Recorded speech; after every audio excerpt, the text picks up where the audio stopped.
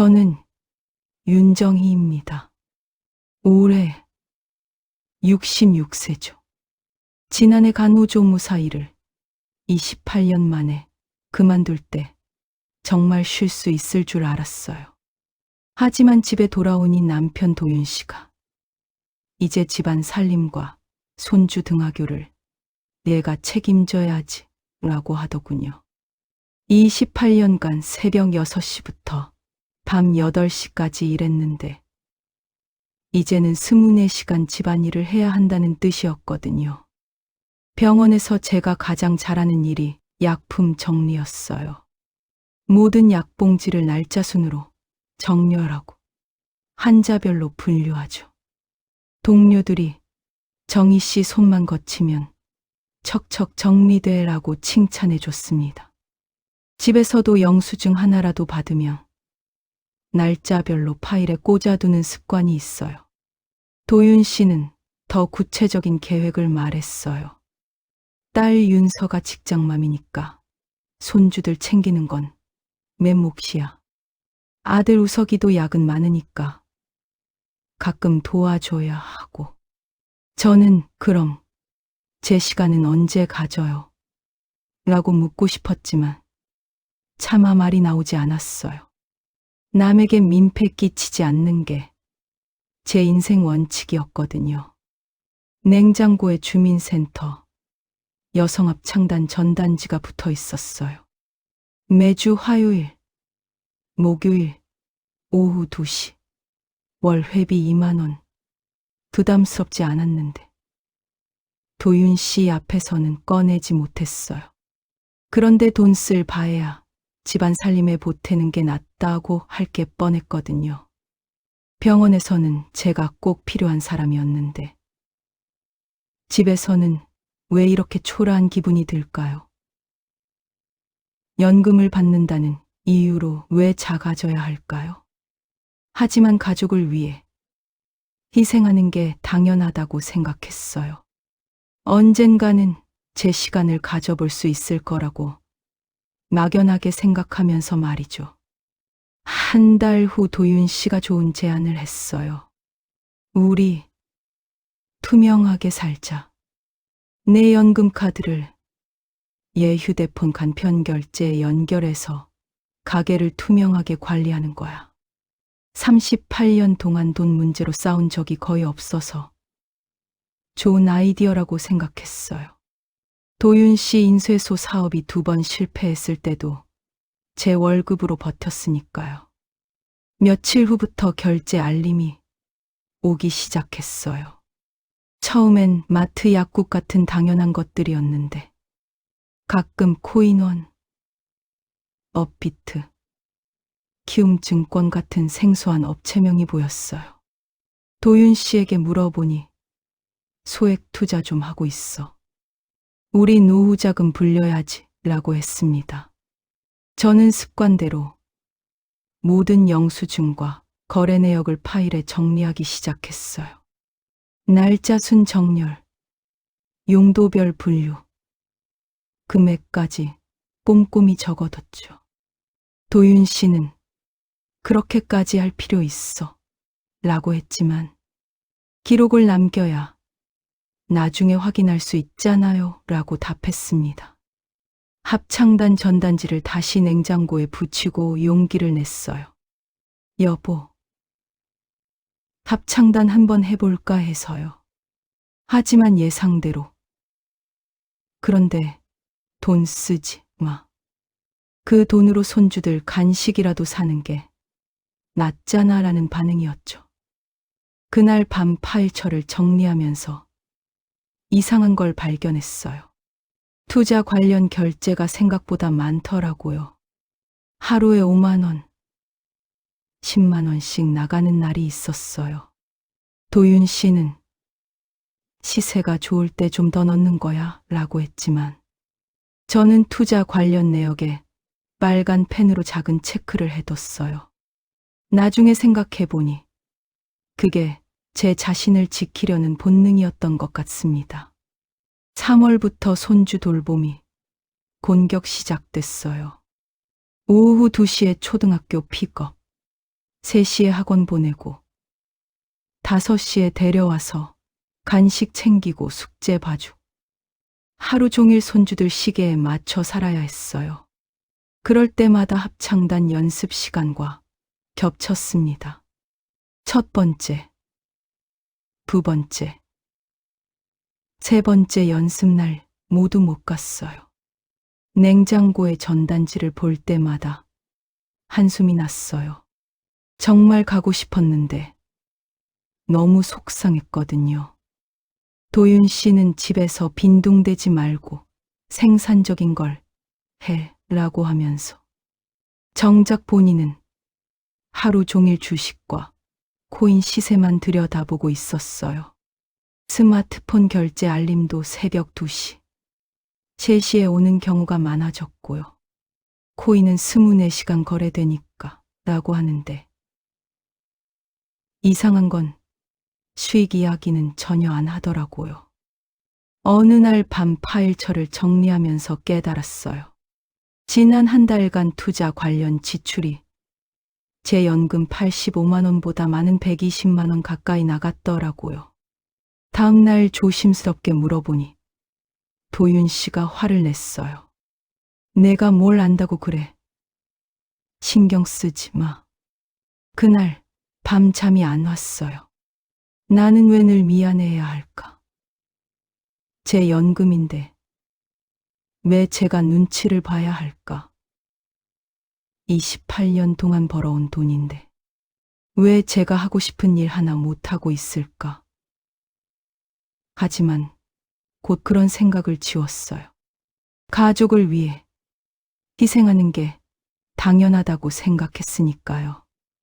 온 가족이 모인 저녁 식사 자리에서 손주 지우가 할머니는 일 안 해? 라고 순진하게 물었어요.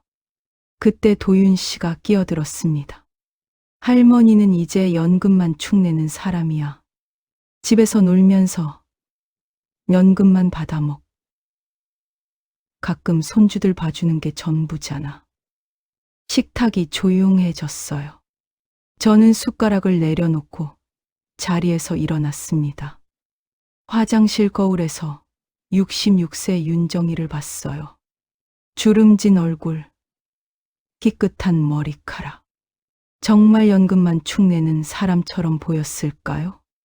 그날 밤 파일처를 열어봤어요. 3개월간 투자로 350만 원이 나갔는데 제 연금은 255만 원이었어요. 나머지 95만 원은 저축해서 빼서 쓴 거였죠. 이 기록들이 나를 지키는 증거가 될 수도 있겠다고 생각했어요. 그래서 모든 지출 내역을 시간, 금액, 업체명까지 더 자세히 적어뒀습니다. 왜 제가 제 돈으로 하고 싶은 일을 못해야 하죠? 왜 제가 연금만 축내는 사람이라는 말을 들어야 하죠? 그날 밤은 잠이 오지 않았어요. 마음속에서 뭔가 바뀌고 있다는 걸 느꼈거든요. 결국 원룸을 구해서 나가기로 했어요. 66세에 혼자 살아본 적이 없어서 무서웠지만 더 이상 그런 모욕을 당할 수 없었거든요. 월세 45만 원짜리 원룸을 제 적금을 해약해서 마련한 보증금으로 계약했습니다. 첫날 밤이 가장 힘들었어요. 쌀 씻는 물량을 몰라서 밥이 질고 세탁기 사용법도 헷갈렸죠. 하지만 계량컵으로 비율을 재고 설명서를 꼼꼼히 읽어보니 해결됐어요. 28년 동안 익힌 꼼꼼함이 도움이 됐습니다. 주민센터에서 합창단에 가입했어요. 늦었지만 시작해보려고 해요라고 하니 따뜻하게 맞아줬어요. 지휘자 박선영 선생님은 나이는 숫자일 뿐이에요 라고 격려해 주셨고요. 도서관 야간 자료정리 아르바이트도 시작했습니다. 밤 10시부터 새벽 1시까지 책들을 분류하고 정리하는 일이었어요. 첫 주에 중학생이 정리해 주셔서 찾기 쉬웠어요. 고맙습니다 라는 쪽지를 남겨뒀어요. 28년 만에 처음으로 고맙다는 말을 들었어요. 혼자 사는 게 외롭긴 하지만 이상하게 마음이 편했어요. 누구 눈치 보지 않고 제가 하고 싶은 일을 할 수 있었거든요. 합창단 연습이 시작됐어요. 처음에는 음정도 박자도 틀렸지만 각선영 선생님이 호흡이 당신 편이 되게 해보세요 라고 지도해 주셨어요. 첫 번째 솔로를 성공했을 때 단원들이 박수를 쳐주며 목소리가 참 좋으시네요 라고 하더라고요. 법무법인에서 무료 상담을 받았어요. 변호사님이 제 파일처를 보고 감탄했습니다. 이렇게 꼼꼼히 기록해 두신 분은 처음 봐요. 6개월 동안 제 연금에서 투자로 680만 원이 나갔는데 제 연금 총액은 510만 원이었어요. 170만 원을 적금에서 빼서 쓴 거였죠. 월 85만 원 연금에 도서관, 아르바이트 35만 원을 더하면 120만 원으로 원룸 생활에 문제 없다고 하셨어요. 그날 밤 파일처를 접상용 자료로 다시 정리했습니다. 도윤 씨는 주로 새벽에 감정적으로 투자했고 손실이 나면 더 큰 금액을 투자하는 패턴이 있더라고요. 합창단에서 나의 살던 고향은을 배웠어요. 38년간 살던 집을 떠나 새로운 시작을 하는 제 마음과 닮아 있었어요. 제3분할 협의 날이 왔어요. 도윤 씨는 이 나이에 이혼이 뭐냐고 화를 냈지만 저는 6개월간 정리한 파일을 테이블에 놓았습니다. 투자 내역, 지출 명세, 새벽 시간대 결제 패턴까지 모든 게 기록되어 있었어요. 변호사님이 설명했어요. 부인연금에서 680만 원이 나갔는데 이는 연금을 무단 사용한 증거입니다. 도윤 씨가 38년을 같이 살았는데 라고 하자 저는 답했어요. 그 38년 동안 제가 한 번이라도 존중받아 본 적 있나요? 협의는 순조롭게 진행됐어요. 집 매각 후 각자 전세 보증금을 나누고 도윤 씨가 날린 투자금은 본인 몫에서 차감하기로 했습니다. 손주 돌봄도 제가 할 수 있는 선에서만이라고 단호하게 말했어요. 윤서와 우석에게 상황을 설명했어요. 엄마 삶을 엄마가 연출해보고 싶어 라고 하니 우석이가 죄송해요. 너무 당연하게 생각했나 봐요 라고 하더라고요. 합창단 첫 공연에서 무대에 섰어요. 관객석에 아이들이 와 있었는데 박선영 선생님 말씀대로 호흡이 제 편이 되게 하며 노래했습니다.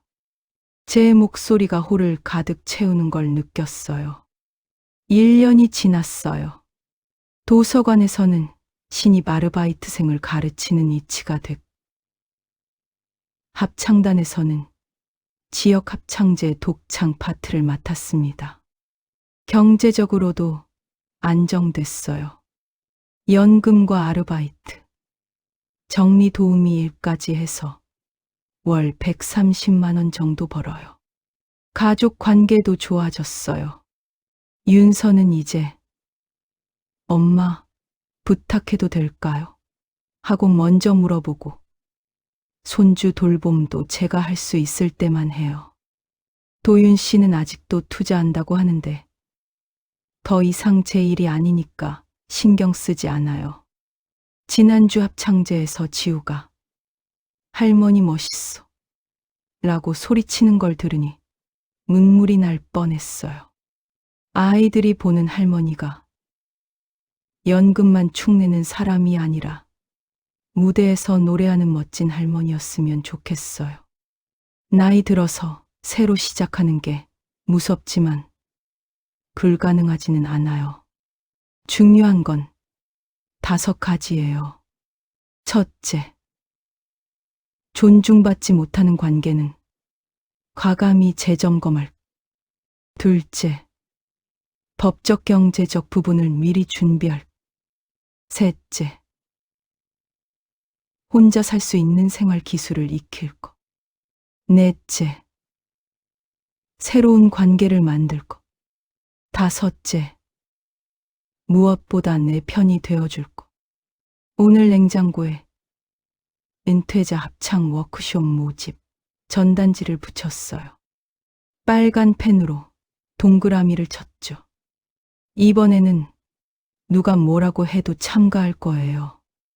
66세에 시작한 새로운 인생. 후회하지 않아요. 오히려 더 늦기 전에 시작해서 다행이라고 생각해요. 제 이야기를 듣는 분들도 언제든 새로운 시작을 할 수 있다는 걸 기억하셨으면 해요. 나이는 정말 숫자일 뿐이거든요.